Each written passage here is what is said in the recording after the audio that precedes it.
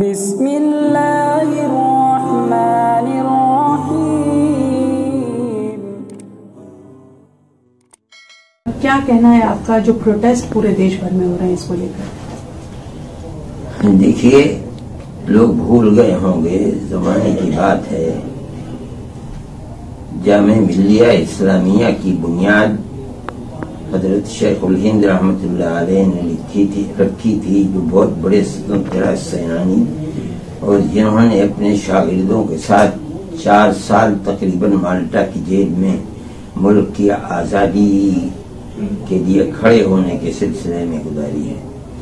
پھر اس کے بعد آج سے 99 سال پہلے 1920 کے اندر ان کا انتقال ہو گیا۔ پھر ان کی جماعت آگے بڑھتی رہی، یہاں تک کہ ملک کا دستور سیکولر دستور بنا اور ملک آزاد ہوا۔ میں یہ تاریخ اس لیے دہرا رہا ہوں کہ آج جامعہ کے لڑکے ملک کی آزادی کے بعد سیکولر دستور کے لیے پہلی جماعت ہے جو جامعہ سے کھڑی ہوئی ہے۔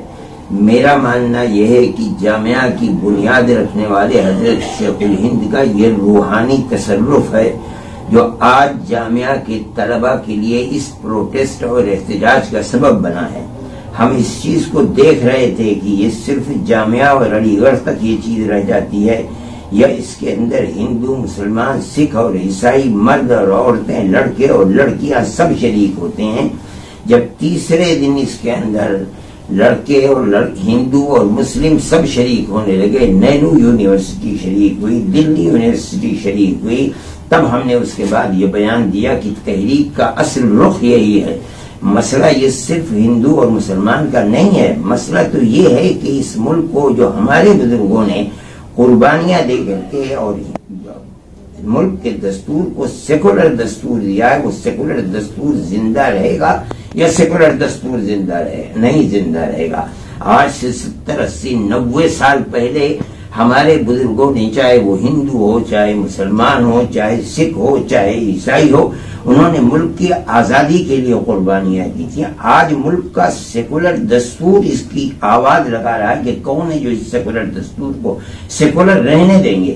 میرا یہ ماننا یہ ہے کہ جس طرح اس وقت ملک اس کا محتاج تھا کہ ہندو اور مسلم مل کر کے اس ملک کے لیے قربانی دیں، آج یہ سیکولر دستور اس کا محتاج ہے کہ اس کی حفاظت کے لیے جس چیز کی ضرورت پڑتی ہے قربانی دے کر کے مذہب سے اوپر اٹھ کر لوگ سامنے آئے۔ اور مجھے بڑی خوشی ہے کہ سارا ہندوستان اس دستور کی حفاظت میں لگا ہوا ہے۔ مسئلہ ہندو مسلم کا بالکل نہیں ہے، جو لوگ اس کو ہندو مسلم بنا کر پیش کر رہے ہیں وہ اس دستور کی حفاظت کے سلسلے میں خیانت کر رہے ہیں۔ میرا ماننا یہ ہے کہ جب تک ہندو اور مسلمان مل کر کے قربانی نہیں دیں گے اس ملک کے سیکولر دستور اور آئین کی حفاظت کے لیے، اس وقت تک ملک کا حق ادا نہیں کر پائیں گے۔ شاہی امام ہیں جامع مسجد کے، انہوں نے سب سے اپیل کی ہے کہ شانتی پوروک پروٹیسٹ کریں۔ بالکل، ہم بھی یہی بات کہہ رہے ہیں۔ ہم 2 شرطیں لگاتے ہیں۔ ایک شرط یہ کہ اگر آپ کو پروٹیسٹ کرنا ہے تو ہندو بھائیوں کو، سکھوں کو اور اسی طرح کرسچنوں کو ساتھ لے کر پروٹیسٹ کریں۔ دوسری بات یہ ہے کہ ملک کے املاک، یہ ہمارے املاک ہیں، ان کی جو عمارتیں ہیں، ان کی جو بسیں ہیں، ان کو ہاتھ نہ لگائیں۔ آپ کا پروٹیسٹ پرامن ہونا چاہیے، چاہے پولیس آپ کے اوپر ڈنڈے برسائے، چاہے وہ آپ کو جیل میں ڈالے، چاہے وہ گھسیٹ کر کے لڑکے اور لڑکیوں کو بھر کر کے جیل میں پہنچائے، یہ سب کچھ برداشت کیجیے، لیکن اپنی تحریک کو پرامن تحریک بنائیے۔ ان 2 شرطوں کے ساتھ ہی ہم اجازت دیتے ہیں، ورنہ ہماری طرف سے ہم اس سے بری ہیں۔ جمعیت علماء ہند کا کوئی کردار اس کے لیے نہیں ہے۔